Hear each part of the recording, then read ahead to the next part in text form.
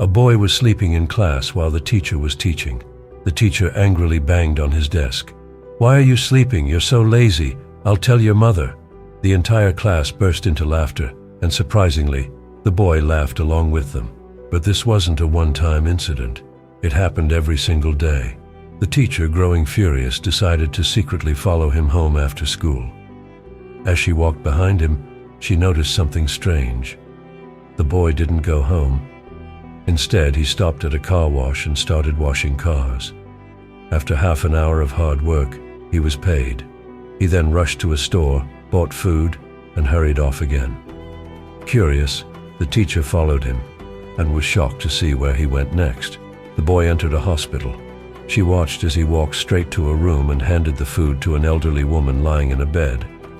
Confused, the teacher approached a nurse and asked, "Can I speak to his parents?" The nurse replied softly, "They died in a car accident. This poor child stays with his grandmother now.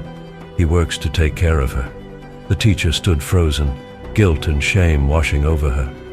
She had misjudged the boy completely. The next day in school, the boy was sleeping again. The kids started laughing, but this time the teacher raised her hand and said, "Be quiet." She walked over to the boy, quietly draped a blanket over him, and returned to her desk. When the boy woke up, he noticed a bundle of money on his desk. He looked around, confused. "Why are you all smiling?" he asked. One of the kids spoke up.